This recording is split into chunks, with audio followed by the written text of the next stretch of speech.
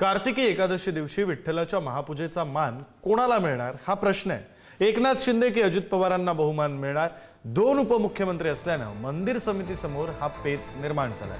कुठल्या उपमुख्यमंत्र्यांच्या हस्ते महापूजा होणार? मंदिर समितीनं विधी व न्याय विभागाकडून अहवाल मागवलेला आहे।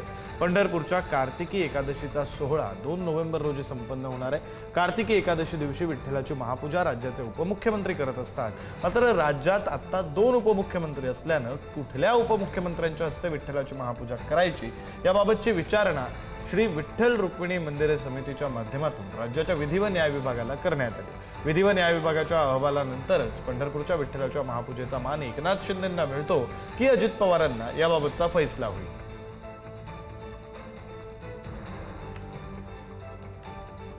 अख्ख्या सरकारमध्ये लोचा गोळा आहे। असं आहे की स्पर्धा एकमेकांची एवढी वाढलेली आहे की मी कसं काम करतोय असं दाखवतं, एकमेकांना कटशा करण्यामध्ये शेतकऱ्यांच्या इकडं असलेलं त्यांचं दुर्लक्ष झालेलं आहे।